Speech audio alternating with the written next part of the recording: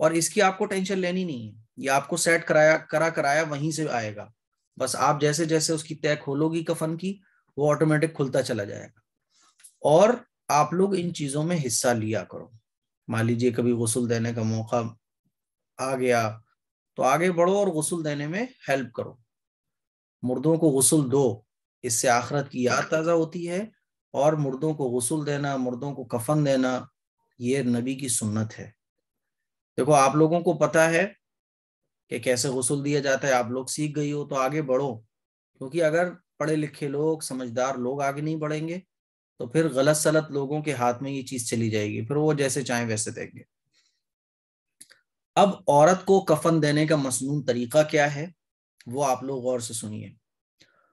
عورت کے لیے پہلے لفافہ بچھا کر, سب سے پہلے کیا کریں گے, عورت کے لیے لفافہ بچھا کر. اور لفافہ کس کو کہتے ہیں؟ لفافہ وہی سب سے بڑا, لفافہ سب سے بڑا جو ٹکڑا ہے اس کو کیا کریں گے, لفافہ بچھا کر اس پہ کیا رکھیں گے, پہلے سینہ بند رکھیں گے. سینہ بند کے بعد پھر اس پر ازار بچھائیں گے. ٹھیک ہے, ازار بچھائیں گے. یہ سب بچھایا ملے گا آپ کو تہ بنا ہوا, لیکن پھر بھی اگر بچھا ہوا نہ ہو تو پھر کیا کریں گے, اس طرح سے سب سے پہلے لفافہ بچھائیں گے, اور لفافہ بچھانے کے بعد اس پر سینہ بند, اور پھر اس پر ازار بچھائیں گے. پھر قمیص کا نچلا حصہ بچھا دیں گے, کیونکہ قمیص ایسے ہوگی نا اس طرح سے, تو یہ مان لیجیے یہ گلا ہے, یہاں یہ گلا ہو گیا تو قمیص یوں ہوگی. تو آپ کو ایک حصہ بچھانا ہے نیچے والا, اور اوپر والا حصہ یہ پڑا رہے گا, کیونکہ جب ہم مردے کو اس پہ لٹا دیں گے تو قمیص پہنائیں گے نہیں پہنائیں گے. تو قمیص کا نچلا حصہ بچھا دیں گے, اور اوپر کا جو حصہ ہے وہ سمیٹ کر کہاں رکھ دیں گے, سرہانے رکھ دیں گے. ٹھیک ہے, اب کیا ہوگا, یہ ساری چیزیں سیٹ ہو گئیں. پھر میت کو غسل کے تختے سے آرام سے اٹھا کر اس بچھے ہوئے کفن پر لٹا دیں گے. ٹھیک ہے, اور قمیص کا جو نصف حصہ ہم نے پیچھے کی طرف چھوڑا ہوا تھا ہے نا, اس کو اس کے سر کی طرف الٹ دیں. بھائی ایسے تھا, اب یہ میت کا سر ہوا, دیکھو یہ میت کا سر ہوا, یہاں سے ہم نے یہ قمیص کا لیا اور اس کے اوپر کر دیا. اب یہ قمیص پہن لی گئی, جیسے بغیر سلی قمیص کسی کو پہنا ہو اسی طرح سے. اب قمیص کا جو گربان ہے وہ گلے میں آ جائے گا, اور پیروں کی طرف اس کو ہم یوں بڑھا دیں. ٹھیک ہے, اب جب مردے کو ہم نے قمیص پہنا دی تو جو تہبند ہے, جو غسل کے بعد آپ نے اس کے اوپر جو کپڑا ڈالا ہوا تھا, اس کو آپ بدن پہ سے ہٹا دو. ٹھیک ہے, وہ نکال دو. اور میت کے سر پہ کیا لگاؤ, مردے کے سر پہ عطر لگا دو, اچھے سے اچھا عطر لگا دو. اور عورت کو آپ زعفران بھی لگا سکتی ہو.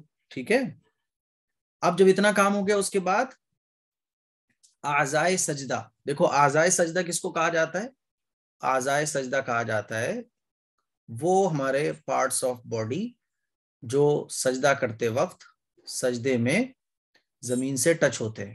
دونوں ہاتھ ہو گئے, پیشانی ہو گئی, ناک ہو گئی, دونوں گھٹنے ہو گئے, دونوں پاؤں ہو گئے. ٹھیک ہے, تو پیشانی, ناک, دونوں ہتھیلیاں, دونوں گھٹنے اور دونوں پاؤں, ان پر کیا ملیں گے, کافور مل دیں. کافور مل دیا, خوشبو لگا دو. عورتوں کو زعفران بھی لگائی جا سکتی ہے. اب کیا کرنا ہے, اب سر کے بالوں کی طرف آ جاؤ. سر کے جو بال ہیں, سر کے بالوں کو دو حصے کر کے, دو حصے کریں گے سر کے بالوں کو. جیسے مانگ نکالتی ہوں نا آپ لوگ آگے سے, اسی طرح سے پیچھے کی طرف جو بال ہوں گے سب کو دو حصوں میں تقسیم کر دیں گے, آدھے رائٹ ہینڈ اور آدھے لیفٹ ہینڈ پر. تو دو حصے کر کے قمیص کے اوپر کہاں رکھنا ہے, سینے کی طرف ڈال دیں گے, اوپر یہ سینے پر ڈال دیں گے. ٹھیک ہے, ایک حصہ رائٹ سائڈ میں اور دوسرا حصہ لیفٹ سائڈ میں. ٹھیک ہے, اب اتنا سارا کام ہو گیا. اب کیا کرنا ہے, پھر سربند, یعنی سربند جو اوڑھنی ہے والا کپڑا لینا ہے. اوڑھنی ہے نا, اوڑھنی سر پر اور بالوں پر ڈال دیں. اوڑھنی جیسے دوپٹہ اوڑھتے ہیں نا, جیسے دوپٹہ اوڑھتے ہیں اسی طرح سے اوڑھنی کو سر پر ڈال دینا ہے اور آگے بالوں پر ڈال دینا ہے. اس کو باندھنا نہیں چاہیے اور لپیٹنا نہیں چاہیے. بعض لوگ اس کو باندھ دیتے ہیں, لپیٹ دیتے ہیں, تو اس کو باندھنا اور لپیٹنا نہیں چاہیے. ٹھیک ہے, اب کیا رہ گیا, اب ازار رہ گئی. اب ازار کے بعد کیا کرنا ہے, اس کے بعد میت کے اوپر ازار اس طرح لپیٹیں. ازار یعنی وہی سب سے بڑا جو ٹکڑا تھا, سب سے بڑا نہیں, سوری, سب سے بڑا کون سا تھا, کون سا تھا سب سے بڑا, لفافہ تھا. لفافہ تھا نا. لفافہ بچھانے کے بعد ہم نے اس کے اوپر سینہ بند رکھا تھا، پھر اس کے بعد وہ تھی لفافہ، اس کے بعد پھر ازار تھا، اظہار، ہے نا؟ اظہار تھا، اظہار۔ ہاں ٹھیک ہے. تو اب یہ سارا اب آپ نے کام کر لیا. اب اس کو جب یہ ساری چیزیں ہم نے رکھ دی، اب اس کو ہمیں فولڈ کرنا ہے.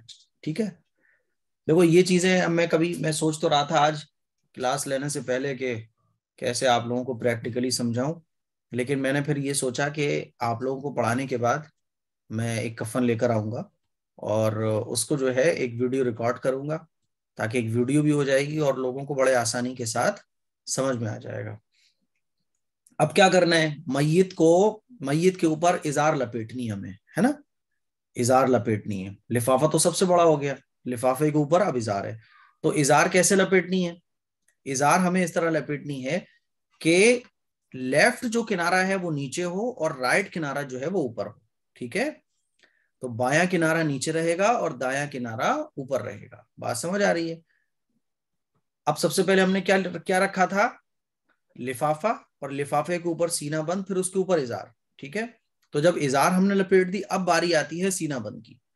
اب سینہ بند کو کیا کرنا ہے کہ سینے کے اوپر لپیٹنا ہے، لیکن اس کو بغل کے نیچے سے نکال کے. یہ نہیں کہ آپ ہاتھ بھی لپیٹ دو، اس میں ہاتھ نہیں لپیٹے جائیں گے، بلکہ ہاتھ کے نیچے سے اس کو نکالنا ہے.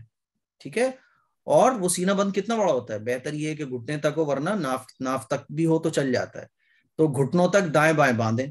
اس کو کیا کرنا ہے؟ اس کو باندھ دیں گے. اب رہ گیا لفافہ. پھر جب یہ ساری چیزیں ہو گئی، اب لفافے کو اس طرح لپیٹیں کہ اس کا بھی وہی کہ لیفٹ جو ہے وہ نیچے ہو اور رائٹ اوپر ہو، کہ بایاں پلہ نیچے ہو اور دایاں اوپر رہے. ٹھیک ہے، اب اس کے بعد کیا کرنا ہے؟ اس کے بعد جو ہے کپڑے کی کترن سے کفن کو سر کی طرف سے باندھ دو اور پاؤں کی طرف سے باندھ دو، اور بیچ میں کمر کے نیچے کو بھی ایک بڑی دھجی نکال کر باندھ دیں تاکہ ہلنے سے وہ نہ کھلے. تو یہ طریقہ ہے کفن دینے کا. 5 چیزیں سمجھ آ گئی آپ کو. نمبر 1 ازار. ازار مردوں کے لیے بھی سیم ہو اور عورتوں کے لیے بھی سیم ہوگی. ازار سر سے لے کے پاؤں تک. یہ ازار سے بڑا جو ہوتا ہے وہ لفافہ جو ہے یہ ازار سے 1.5 یا 2 فٹ تقریباً لمبا ہوتا ہے. تو سب سے پہلے جو ہے وہ لفافہ بچھایا جائے گا، پھر اس کے اوپر کیا بچھایا جائے گا؟ سینہ بند بچھایا جائے گا، پھر اس کے اوپر ازار، پھر اس کے اوپر کرتا، اور پھر اسٹیپ بائی اسٹیپ اس کو آپ باندھتی ہوئی چلی جاؤ. تو یہ طریقہ ہے عورتوں کا مسنون کفن. مسنون کفن کا مطلب یہ کہ عورتوں کے کفن میں یہ 5 کیا ہونا چاہیے؟ یہ 5 کپڑے ہونا چاہیے. اور مردوں کے لیے کتنے ہیں؟ 3. ایک ازار، ایک لفافہ اور ایک کرتا. مردوں کے کفن میں سینہ بند نہیں ہوتا اور سر بند نہیں ہوتا، یعنی وہ جو اوڑھنی ہے وہ نہیں ہوتی ہے. تو یہ عورتوں کا کفن ہے اور مردوں کا کفن ہے. مردوں کا کفن بھی بالکل سمپل ہوتا ہے کہ سب سے پہلے مردوں کا کفن بالکل آسان ہے. سب سے پہلے لفافہ رکھا جائے گا، پھر اس کے اوپر ازار، پھر اس کے اوپر کرتا پہنا دو. کرتا پہنانے کے بعد ازار کو لپیٹ دو، پھر اس کے اوپر آپ کرتے کو وہ لفافے کو لپیٹ دو اور باندھ دو. سمپل ہے. پہلی بار جب آپ کفن دو گی تو تھوڑا سا کنفیوژن ہوگی، لیکن گھبرانے کی ضرورت نہیں ہے. یہ نہیں کہ گھبرا جاؤ فوراً، گھبرانے کی بالکل ضرورت نہیں ہے. اور جب بھی کبھی آپ کے گھر میں، دیکھو سب کو ایک دن دنیا سے جانا ہے، جب بھی کبھی آپ کے گھر میں، فیملی میں، خاندان والوں میں، ایک تو ایسی باتیں بولو تو نا آدمی ایک دم گھبرا جاتا ہے. ارے مفتی صاحب کیسی باتیں کر رہا ہمارے گھر میں؟ ارے بھائی تم کوئی مسالہ لگا کے تھوڑی نہ آئے، سب کو جانا ہے. اور آخرت کوئی بری چیز تھوڑی ہے، موت کوئی بری چیز تھوڑی ہے. موت تو جناب رسول اللہ صلی اللہ علیہ وسلم سے ملانے کا ذریعہ ہے، اللہ تعالیٰ سے ملاقات کا ذریعہ ہے. تو موت بری کیسے ہو سکتی ہے؟ لوگوں نے موت کو بڑا برا بنا رکھا ہے. گھر میں آپ کہنے لگو، مان لیجیے کلاس کے بعد آپ کہنے لگو امی کتنا مزہ آئے گا جب موت آئے گی، اللہ کے نبی سے ملاقات ہوگی. امی بولیں گی پاگل ہو گئی یہ لڑکی، ارے کیا ہو گیا اس کو؟ تو چھوٹی والی بہن بتائے گی اس نے مفتی اے قاسمی صاحب کی کلاس جوائن کری ہوئی ہے، اسی لیے ایسی باتیں کر رہی ہے. ارے مفتی صاحب پاگل بنا رہے ہیں، بتاؤ ہماری بچی کو، اچھی خاصی لڑکی کو پاگل کر دیا، بتاؤ ہے آج کے بعد کلاس جوائن مت کرنا. آپ نے کلاس ختم کرنے کے بعد گھر پہ بیٹھے ہوئے سب بات چیت آپ کرنے لگی ہیں، بھائی جنت میں کتنا مزہ آئے گا امی، ہے نا، اب موت کے بعد ہی سکون ملے گا. آپ نے یہ جملہ بول دی، ارے بتاؤ موت کا لفظ، اوہو، سننا نہیں چاہتے ہمارے فیملی والے آج کل موت کا لفظ. ہم خود بھی موت کا لفظ سننے سے ایک دم، ارے بھائی یہ موت کی باتیں نہ کرو، بالکل ایسے ہی ہوتا ہے نا. تو مزاج ہمارا یہ بن گیا کہ جیسے موت بڑی خراب چیز ہے. ارے بھائی موت تو آنی ہے، آپ اس کو کب تک ایسے ایکسپٹ نہیں کرو گے. اور موت کوئی بری چیز نہیں ہے، برے لوگوں کے لیے بری چیز ہے، لیکن ایمان والوں کے لیے موت تو گرمیوں میں روزے دار کو جیسے ٹھنڈے شربت سے محبت ہوتی ہے، اسی طرح سے مومن کو موت سے محبت ہوتی ہے، کیونکہ یہ موت ہی ہے جو ہمارے اور نبی علیہ الصلوۃ والسلام کی ملاقات کا ذریعہ ہے. تو یہ میں نے مسنون کفن کا طریقہ آپ لوگوں کو بتایا. ٹھیک ہے. اب اچھا، یہ موت جب آئے گی تو کہاں؟ عذاب قبر بھی ہوگا. بھائی عذاب قبر یا تو جنت کے باغوں میں سے ایک باغ ہے یا جہنم کے گڑھوں میں سے ایک گڑھا ہے. ٹھیک ہے. حدیث شریف میں بھی آتا ہے اور قرآن مجید میں بھی اللہ تعالیٰ ارشاد فرماتا ہے. قرآن مجید میں اللہ تعالیٰ ارشاد فرماتا ہے النار یعرضون علیہا غدوا وعشیا ویوم تقوم الساعہ ادخلوا آل فرعون اشد العذاب، کہ آگ ہے جس کے سامنے انہیں صبح اور شام پیش کیا جاتا ہے، اور جس دن قیامت قائم ہوگی اس دن حکم ہوگا کہ فرعون کے لوگوں کو سخت عذاب میں داخل کر دو. تو عذاب قبر بھی ہوگا. اور عذاب قبر کن کو ہوگا؟ جو اللہ اور اللہ کے رسول کے نافرمان ہیں. اور ایک حدیث بھی ہے عذاب قبر کے بارے میں. حضرت زید بن ثابت رضی اللہ تعالیٰ عنہ سے روایت ہے کہ ایک مرتبہ رسول اللہ صلی اللہ علیہ وسلم اپنی سواری پر سوار ہو کر بنی نجار کے باغ میں جا رہے تھے. بنی نجار ایک قبیلے کا نام ہے. تو حضور اس کے باغ میں جا رہے تھے اور صحابہ بھی حضور علیہ الصلوۃ والسلام کے ساتھ تھے کہ اچانک وہ سواری بدک گئی اور اتنی سواری بدکی کے قریب تھا کہ رسول اللہ صلی اللہ علیہ وسلم کو نیچے گرا دے. اس جگہ پر دیکھا تو 5 یا تقریباً 4 قبریں تھیں وہاں. تو آپ صلی اللہ علیہ وسلم نے دریافت فرمایا کہ کیا کوئی ان قبر والوں کو پہچانتا ہے؟ کیا کسی کو علم ہے کہ یہ قبریں کس کی ہیں؟ ایک آدمی نے عرض کیا جی ہاں میں ان قبر والوں کو جانتا ہوں. تو آپ صلی اللہ علیہ وسلم نے پوچھا یہ لوگ کب مرے ہیں؟ اس آدمی نے عرض کیا یہ لوگ زمانے شرک میں مرے تھے. آپ صلی اللہ علیہ وسلم نے فرمایا کہ ان لوگوں کو ان قبروں میں عذاب ہو رہا ہے. کاش کہ اگر مجھے یہ خیال نہ ہوتا کہ تم لوگ اپنے مردوں کو دفن کرنا چھوڑ دو گے تو میں اللہ تعالیٰ سے دعا کرتا کہ وہ تمہیں بھی قبر کا عذاب سنا دے جیسے میں سن رہا ہوں. تو قبر کا عذاب اتنا سخت ہوتا ہے. اللہ کے نبی کیا فرما رہے ہیں؟ اللہ کے نبی فرما رہے ہیں کہ اگر مجھے یہ ڈر نہ ہوتا، کاش کہ مجھے یہ خیال نہ ہوتا کہ تم لوگ اپنے مردوں کو دفن کرنا چھوڑ دو گے تو میں اللہ تعالیٰ سے دعا کرتا کہ وہ تمہیں قبر کا عذاب سنا دے. یعنی قبر کا عذاب اتنا سخت ہے کہ اس کی دہشت سے، آپ نے دیکھا ہے نا کہ کسی گھر میں اگر دہشت ہو، کسی گھر میں اگر ہمیں کوئی بتا دے کہ اس گھر میں بھوت ہے تو اس گھر میں ہم جانا پسند کریں گے، اس گھر کو دیکھنا بھی پسند نہیں کرتے ہیں، چاہے وہاں کتنا ہی کروڑوں روپے کا ہمیں انعام مل رہا ہو، کچھ بھی ہو جائے اس جگہ کو بھی دیکھنا پسند نہیں کرتے. تو اسی طرح سے قبر کا عذاب اتنا سخت ہے کہ حضور نے ارشاد فرمایا کہ لوگوں کو اگر پتہ چل جائے تو لوگ اپنے مردوں کو دفن کرنا چھوڑ دیں ڈر کی وجہ سے. اتنا سخت عذاب ہے. اسی لیے قبر کے عذاب سے بچنے کی ہمیں اللہ تعالیٰ سے دعا کرنا چاہیے. اچھا، مرنے کے بارے میں ہمیں کیا عقیدہ رکھنا چاہیے؟ بھئی مرنا ہے، کفن دفن بھی ہونا ہے، تو مرنے کے بارے میں کیا عقیدہ ہمیں رکھنا چاہیے؟ تو مرنے کے بارے میں کچھ عقیدے ہیں جو آپ لوگ سمجھ لو کہ قبر کس کو کہتے ہیں، ہے نا. بھئی ضروری تھوڑی ہے ہر آدمی قبر میں دفن ہو. بہت سارے لوگ جلا بھی دیے جاتے ہیں. اور وہ کون تھا سائرس مستری جو ایک بہت بڑا تاجر تھا، اس کا ایکسیڈنٹ ہوا تھا، تو وہ پارسی تھا، نہیں غالباً پارسی نہیں، پارسی تھا. وہاں پارسیوں میں کیا ہوتا ہے کہ میت کو جو ہے وہ ایسے ہی کھلے آسمان کے نیچے رکھ دیا جاتا ہے اور چیل کوے وغیرہ آ کے نوچ کے پوری باڈی کو کھا جاتے ہیں. یہ ان کے یہاں کا طریقہ ہے. آپ سوچئے اللہ تعالیٰ نے ہمیں مسلمان بنایا، کتنے خوبصورت طریقے اللہ نے ہمیں دیے. یہ غیروں کے طریقے ہیں کہ حیران ہے نا عقل. ان لوگوں کے یہاں دفن کا طریقہ یہی ہے کہ بس باڈی کو لے جا کے ایک اونچے پہاڑ پہ رکھ دیا، اب چیل کوے آتے ہیں وہ نوچ کے باڈی کو کھا جاتے ہیں. یہ پارسیوں کے یہاں دفنانے کا طریقہ ہے. تو جب انسان مر جاتا ہے تو اس کو جس جگہ دفن کیا جاتا ہے اس کو قبر کہتے ہیں. قبر تو پتہ ہے ہم لوگوں کو، بھائی جس جگہ آدمی دفن ہوتا ہے اس کو قبر کہا جاتا ہے. لیکن اگر کوئی مردہ جل کر راکھ ہو جائے، یا کوئی انسان پانی میں ڈوب کر مر جائے، یا کسی انسان کو کوئی جانور کھا جائے، تو جہاں جہاں اس کی باڈی کے ذرات، اس کی ہڈیاں، اس کی کھال ہے نا، جہاں جہاں بھی ہوں گے تو وہی اس کے لیے قبر ہوتی ہے. قبر ایسا نہیں ہے کہ جو ہم اپنی آنکھوں سے دیکھتے ہیں قبر یہی قبر ہو بس. آدمی مرنے کے بعد اس کی باڈی جہاں ہوتی ہے وہی چیز اس کے لیے قبر ہو جاتی ہے. قبر ایک دوسری دنیا کا نام ہے جس کو عالم برزخ کہا جاتا ہے. دیکھو ایک تو ہماری دنیا ہے جس کو دنیا کہتے ہیں، عالم دنیا ہے. ایک ہے عالم برزخ، جیسے کہ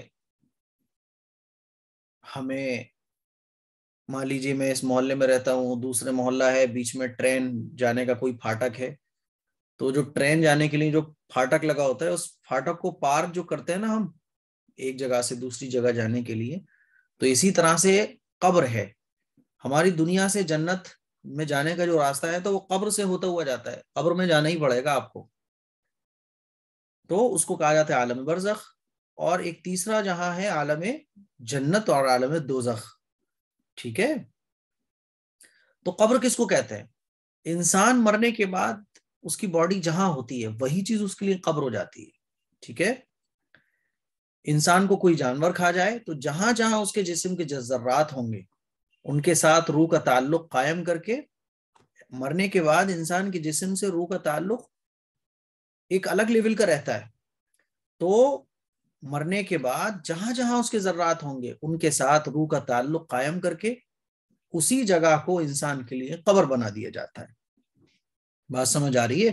مان لیجیے کوئی پانی میں ڈوب کے مر گیا کوئی سمندر میں ڈوب گیا، تو وہ جو سمندر میں ڈوبا ہے اب اس کی باڈی وہ جو سمندر میں پڑی ہوئی ہے تو وہی جگہ اس کے باڈی سے یا باڈی کے جو ذرات ہیں، مان لیجیے کسی کے ٹکڑے ہو گئے تو روح کا تعلق اس کی باڈی کے ساتھ کر کے وہی جگہ اس کے لیے قبر بنا دی جاتی ہے، اور وہی اس کے لیے جنت کا باغ اور جہنم کا گڑھا بن جاتی ہے. اور مردے سے قبر میں سوالات کے لیے دو فرشتے منکر اور نکیر آتے ہیں. منکر اور نکیر آتے ہیں، اور وہ کیا سوال کرتے ہیں؟ وہ 3 سوال کرتے ہیں. مر رب کا، بھائی تمہارا رب کون ہے. نمبر 2 من نبیو کا، تمہارا نبی کون ہے. نمبر 3 ما دینک، تمہارا دین کیا ہے. جو انسان ان 3 سوالات کے جوابات درست دیتا ہے تو اس کو قبر میں سکون اور آرام ملتا ہے، اور اس کے لیے جنت کی کھڑکی کھول دی جاتی ہے، اور اس کی قبر کو جنت کا باغ بنا دیا جاتا ہے. اور جو ان 3 سوالوں کا جواب صحیح سے نہیں دے پاتا تو اس کی قبر کو اس کے لیے تنگ کر دیا جاتا ہے اور قبر کو جہنم کا گڑھا بنا دیا جاتا ہے. حضور علیہ الصلوۃ والسلام کا ارشاد ہے کہ قبر جنت کے باغوں میں سے ایک باغ ہے یا جہنم کے گڑھوں میں سے ایک گڑھا ہے. ٹھیک ہے، تو میری عزیز بہنوں، قبر کے عذاب سے بچنے کی ہمیں ہمیشہ اللہ تعالیٰ سے دعا کرنا چاہیے کہ اللہ تعالیٰ ہم سب لوگوں کو قبر کے عذاب سے بچائے. قبر میں ہم لوگ چلے گئے، اب کیا ہوگا کہ جب یہ دنیا ختم ہو جائے گی، یعنی یہ پوری دنیا ختم ہو جائے گی، جب تک یہ دنیا ختم ہوگی لوگ قبروں میں جاتے رہیں گے، اور جب قیامت قائم ہوگی پوری دنیا ختم ہو جائے گی تو پھر جتنے بھی لوگ قبر میں دفن ہیں سب کو اٹھایا جائے گا جب قیامت قائم ہوگی. تو قیامت کے بارے میں ہمیں کیا عقیدہ رکھنا چاہیے؟ اللہ تعالیٰ جب اس عالم کو فنا کرنا چاہیں گے تو حضرت اسرافیل علیہ السلام کو حکم ہوگا کہ وہ سور پھونکے. بات سمجھ آ رہی ہے؟ اور جب سور پھونکا جائے گا تو سور کی جو آواز ہے وہ بہت دھیمی ہوگی، ایک دم اس ٹائپ سے شروع ہوگی سور کی آواز، اور بڑی سریلی ہوگی. اور یہ آواز جو ہے نا سریلی بھی ہوگی، دھیمی بھی ہوگی، اور دھیرے دھیرے دھیرے دھیرے یہ بڑھتی چلی جائے گی. اور اس آواز سے کیا ہوگا کہ جتنے بھی انسان اور جتنے بھی جنات ہیں، جتنی بھی چڑیاں ہیں، پرند چرند درند، سب حیرت کے عالم میں بھاگنے لگیں گے. اور جب یہ آواز بڑھتی چلی جائے گی اور بہت تیز ہوگی نا تو سب کے جگر ٹکڑے ٹکڑے ہو جائیں گے. یعنی ایسی آواز ہوگی کہ آدمی کا جگر باہر نکلنے کو ہو جائے گا، پہاڑ ریزہ ریزہ ہو جائیں گے اور روئی کی طرح اڑنے لگیں گے، آسمان پھٹ جائے گا، ستارے جھڑ جائیں گے، اللہ تعالیٰ کی ذات کے علاوہ کوئی چیز باقی نہیں رہے گی، سب ختم ہو جائے گا. ایسی سخت آواز ہوگی. دیکھو آپ گیس کا سلنڈر جب پھٹتا ہے نا، جب گیس کا سلنڈر پھٹتا ہے تو آپ دیکھو کیسے کان ہو جاتے ہیں. کوئی اگر بڑا دھماکہ ہو جائے کیسے کان سن پڑ جاتے ہیں ہم لوگوں کے، ہے نا. جن لوگوں نے اس چیز کو دیکھا اور سنا ہوگا، وہ ایسی خوفناک آوازیں اگر تھوڑی سی، جو آج کل ووفر جو میوزک سسٹم چل رہا ہے، کمپیوٹر سے اگر کوئی ایسی خطرناک آواز بجا دی جائے تو اسی کو سن کے ہمارے دل باہر کو نکلنے لگتے ہیں، ہے نا. تو یہ سور کی جو آواز ہوگی اتنی شدید ہوگی، اگر بہت ہائی ولیوم میں اگر آواز بجا دی جائے، کوئی ساؤنڈ بجا دیا جائے، تو آدمی کا ویسے ہی مائنڈ خراب ہونے لگتا ہے. پھر یہ سور تو اللہ تعالیٰ کی طرف سے ہوگا، ایسی سخت آواز کہ آدمی کا کلیجہ باہر نکلے گا، ساری چیزیں ختم ہو جائیں گی. کچھ عرصے کے بعد اللہ تعالیٰ حضرت اسرافیل علیہ السلام کو زندہ کر کے، یعنی سب ختم ہو جائے گا. یہ سمجھ لیں آپ کہ اللہ کی ذات کے علاوہ کچھ بھی باقی نہیں رہے گا. قرآن مجید میں بھی تو اللہ تعالیٰ ارشاد فرماتا ہے کل من علیہا فان، کہ ہر چیز فنا ہو جائے گی.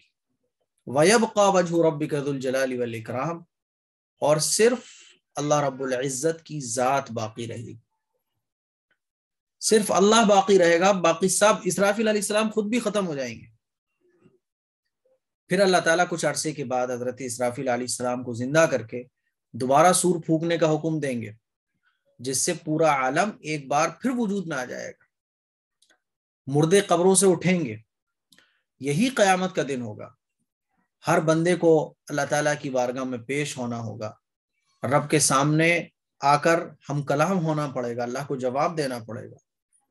درمیان میں کوئی ترجمان نہیں ہوگا. دنیا میں کیسے ہوئے سب اعمال سامنے ہوں گے، پوری مووی چلے گی ہمارے اعمال کی، کس کے ساتھ کیا گناہ کیا، کیا حرکتیں کی، کہاں جھوٹ بولا. ان کے بارے میں اللہ کے سامنے پوری کائنات کھڑی ہوگی، ہمارے امی پاپا بھی کھڑے ہوں گے، ہمارے ٹیچرز بھی کھڑے ہوں گے، سب کے سامنے ہمیں جواب دینا ہوگا. انسان کا ہر عمل اللہ تعالیٰ کے علم، لوح محفوظ اور کرامن کاتبین کے رجسٹر میں درج ہوگا. انسان جھوٹ نہیں بول پائے گا. جھوٹ بولنے کی کوشش بھی کرے گا تو ہاتھ خود بخود گواہی دیں گے، زبان خود بولے گی. جس طرح کوئی چیز ریکارڈ ہوتی ہے نا کیمرے کے اندر، جھوٹ بول رہے ہوتے ہیں تو کیمرہ دکھا دیا جاتا ہے، دیکھو یہ کیا کہہ رہا تھا یہ. تو اسی طرح زمین میں بھی انسان کے، ہم لوگ جو بھی زمین کے اندر کام کر رہے ہیں اس دنیا کے اندر، سب کا سب یہ اللہ کے کیمروں میں ریکارڈ ہو رہا ہے. ٹھیک ہے. تو قیامت کے دن یہ دنیا جو ہے نا سب کچھ اگل دے گی. جس جگہ پر ہم نے جو گناہ کیا تھا، اگر ہم اس سے انکار کریں گے، اس کو جھٹلائیں گے، تو وہ زمین گواہی دے گی، اللہ میں گواہ ہوں، اس نے اس جگہ پر یہ جھوٹ بولا تھا، اس نے اس جگہ یہ کام کیا تھا. اللہ تعالیٰ سے توبہ کریں ہم سب لوگ کہ اللہ تعالیٰ ہمارے جتنے بھی گناہ ہیں، پچھلے گناہ صغیرہ کبیرہ، اللہ سب کو معاف فرمائے. سوچیے ذرا کہ امی پاپا ہمارے کھڑے ہوں اور زمین ہمارے خلاف گواہی دے رہی ہو، تو کیسے شرم کی بات ہوگی. اور پھر اللہ کے سامنے ہمارا کیا ہوگا، سوچیں تو ذرا. اس دن نبی کریم صلی اللہ علیہ وسلم کیا کریں گے، ہماری شفاعت فرمائیں گے. آپ صلی اللہ علیہ وسلم کے فالوورز کو اور آپ علیہ الصلوۃ والسلام کے پیروکاروں کو یہ سعادت نصیب ہوگی کہ جبکہ گمراہ لوگ اس سے محروم رہیں گے. حضور کو جو ماننے والے ہوں گے، حضور کی سنتوں کو فالو کرنے والے ہوں گے، ان کو بھی یہ سعادت نصیب ہوگی. اس دن ایک ترازو قائم ہوگا، ایک ترازو لگایا جائے گا جس کے ذریعے اعمال تولے جائیں گے. لوگ کہتے ہیں نا اعمال کیسے تولے جائیں گے؟ دیکھو آج کل ہوا بھی تل جاتی ہے، آج کل ہوا بھی تولی جا رہی ہے، گیسیں تولی جا رہی ہیں، گیس کے وزن آپ دیکھیے تولے جا رہے ہیں، حالانکہ گیس دیکھتی نہیں ہے. اسی طرح سے اعمال بھی تولے جائیں گے. جبکہ جہنم کی پشت پر پلسرات قائم ہوگا، جہنم کی پیٹھ پر جو ہے پلسرات قائم ہوگا، جو بال سے زیادہ باریک ہوگا اور تلوار سے زیادہ تیز ہوگا. ہر شخص کی جو رفتار ہے پلسرات پر سے گزرنے کی، اس کے اعمال کے مطابق ہوگی. قیامت کا دن دنیا کے دنوں کے اعتبار سے 50,000 سال کا ہوگا. کتنے دن کا ہوگا؟ 50,000 سال کا ہوگا. اس دن موت کو ایک دمبے کی شکل میں لا کر ذبح کر دیا جائے گا. موت کو بھی ذبح کر دیا جائے گا، پھر کسی کو موت نہیں آئے گی. یہاں تو یہ ہوتا ہے نا کہ پریشانی کے عالم میں آدمی موت مانگتا ہے، وہاں تو موت بھی ذبح کر دی جائے گی، موت بھی ختم، اب آدمی کو موت بھی نہیں آئے گی. اور یہ اس بات کی علامت ہوگی کہ موت کو بھی ذبح کر دیا گیا، کہ اس کے بعد اب کسی کو موت نہیں آئے گی. جنت والے جنت میں اور جہنم والوں کو جہنم میں، اب ہمیشہ رہنا ہے، اب کسی کو موت نہیں آئے گی. یہ فیصلے کا دن ہے، فیصلہ ہو گیا، بات ختم. جنتی جنت میں اور دوزخی دوزخ میں چلے جائیں گے. اللہ تعالی ہم سب لوگوں کو جنت والوں میں شامل فرمائے. یہ ہماری آج کی کلاس کمپلیٹ ہو گئی ہے. 8 منٹ ہیں، جس کو جو پوچھنا ہے وہ پوچھ لیں.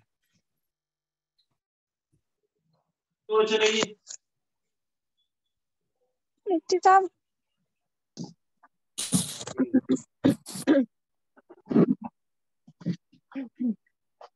مفتی صاحب مجھے یہ پوچھنا ہے کہ آپ نے یہ لکھوایا نا سجدہ سہو کا طریقہ کہ بالکل آخر میں قاعدہ اخیرہ میں تحیات پڑھنے کے بعد سلام پھیر کے 2 رکوع کرنے کو سجدہ سہو کہتے ہیں. پھر تو یہ رکوع جو آ رہا ہے یہ سمجھ میں نہیں آیا. رکوع تھوڑی نہ رکوع کہاں کرنا ہے، ہے آپ اس میں؟ سجدہ کرنا ہے. میں نے کہا رکوع نہیں کہاں. آپ نے ایک بار سمجھا دیجیے تو پریکٹیکل کے کیسے کرنا ہے یہ دیکھیں سجدہ میں آپ سہو. میں بتا رہا ہوں. یہ میں اتحیات میں بیٹھا ہوں، میری نماز میں بہت جی سارے واجبات چھوٹ گئے. اب میں اتحیات میں بیٹھا جی ہوں، میں نے اتحیات پڑھی، اشہد ان لا الہ الا اللہ و اشہد ان محمد عبدہ و رسولہ.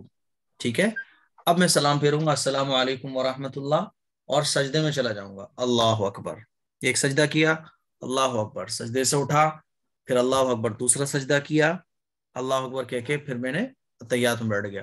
اتحیات پڑھوں گا، درود شریف پڑھوں گا، اس کے بعد کی دعا پڑھوں گا اور سلام پھیر کے نماز کمپلیٹ کر لوں گا. یہ ہے سجدہ صاف کا طریقہ.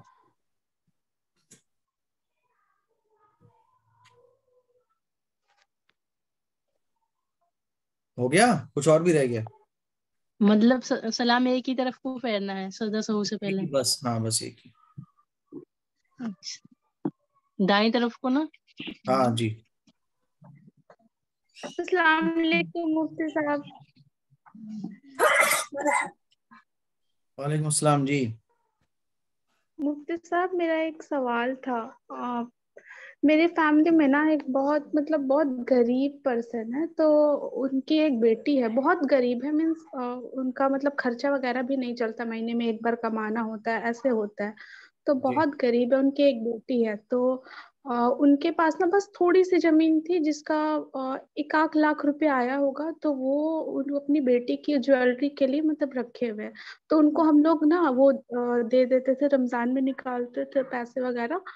تو کیا اب ان کو دے سکتے یا پھر ان کو اسی پیسے میں سے اب نکالنا ہوگا؟ مطلب ان کے پاس گولڈ وغیرہ ہے؟ نہیں، ان کے پاس بس 1 لاکھ کی زمین تھی، جو وہ زمین بھی بک گئی، تو وہ پیسے وہ لوگ لے کر بینک میں رکھ دیے. تو جو نہیں تو ہمارا پیسہ دیکھیے، اگر نکلتا کسی تھا کے پاس تو وہ ہم رمضان میں وہ ان کو دے دیں. زکوٰۃ اس کو دی جاتی ہے جو صاحب نصاب نہ ہو. ان کے پاس تو آلریڈی 1 لاکھ روپیہ ہے، وہ صاحب نصاب تو وہ آلریڈی خود، ان کو تو خود زکوٰۃ نکالنا پڑے گی. اچھا، تو پھر مطلب وہ تو کھانے کے لیے بھی ترستے ہیں، نہیں تو تو بس اب اپنی ایک بات بیٹی کی بتائیے، اگر شادی کے کسی کے لیے. پاس 1 لاکھ روپیہ ہو اور وہ اپنا 1 لاکھ روپے بینک میں جمع کر کے بولے بھائی میرے پاس کچھ بھی نہیں ہے، میں تو بڑا پریشان ہوں بھائی، اللہ کے واسطے دے دو، تو وہ تو اس سے یہی کہا جائے گا بھائی تمہارے پاس پیسے استعمال کرو اسے. شریعت کی نظر میں زکوٰۃ کا مستحق وہ ہے جو صاحب نصاب نہ ہو. اور صاحب نصاب کس کو اچھا کہتے ہیں؟ میں ویڈیو بھیجوں گا، اس کو دھیان سے سن لینا. صاحب نصاب اس کو کہتے ہیں جی، جس کے پاس مطلب اتنا روپیہ پیسہ، گولڈ سونا چاندی اور ملا کے اتنا روپیہ پیسہ ہو جائے جس سے 52.5 تولہ چاندی، تقریباً 40-45 ہزار روپے بنتے ہیں اس کے پاس، تو اس کو زکوٰۃ نہیں دی جائے گی. اچھا، مطلب وہ زکوٰۃ اب ان کو نہیں دینا ہے. اب تھوڑی نہ دینا ہے، وہ زکوٰۃ خود نکالیں گی 1 لاکھ روپے میں سے. اچھا جی، شکریہ مفتی صاحب. مفتی صاحب جیسے کہ فجر کی نماز میں ٹائم کم ہوتا ہے تو ہمیں پہلے سنت پڑھنی چاہیے یا فرض پڑھنے چاہیے؟ فجر کی نماز میں ٹائم کم ہوتا ہے تو پہلے اٹھ جاؤ، 5 منٹ میں. مطلب کبھی کبھی لیٹ اٹھتے ہیں نا، کبھی ٹائم نہیں کبھی رہتا. لیٹ اٹھے، ہاں کبھی کبھی لیٹ اٹھے ہم، اور لیٹ اٹھنے کے بعد ہم نے دیکھا کہ اب 2 منٹ رہ گئے یا 3 منٹ رہ گئے اور ہم سنتیں پڑھیں گے تو فرض نکل جائیں گے، تو پھر فرض پڑھ لو پہلے. تو سنت کی قضا ہو جاتی ہے جیسے سنت بعد میں پڑھیں؟ سنت یہ بعد سنت میں کی قضا نہیں، نہیں سنت بعد میں نہیں پڑھی جائے گی. پھر تو سنتیں اگر پڑھنی ہے آپ کو تو سورج نکلنے کے بعد پھر. تو مطلب سورج نکلنے کے بعد پڑھ سکتے ہاں ہیں، مطلب اسی دن پڑھ ہاں سکتے ہیں یا پڑھ اگلا سکتے دن ہیں، بھی پڑھ سکتے ہیں؟ کوئی دقت نہیں اگلا ہے، دن بھی لیکن پڑھ سکتے پڑھ سکتے ہیں، کوئی بات نہیں. ہیں. شکریہ. مفتی صاحب رکوع کے بعد پھر قیام کے لیے کھڑے ہوتے ہیں تو وہ پڑھتے ہیں نا سمیع اللہ لمن حمیدہ،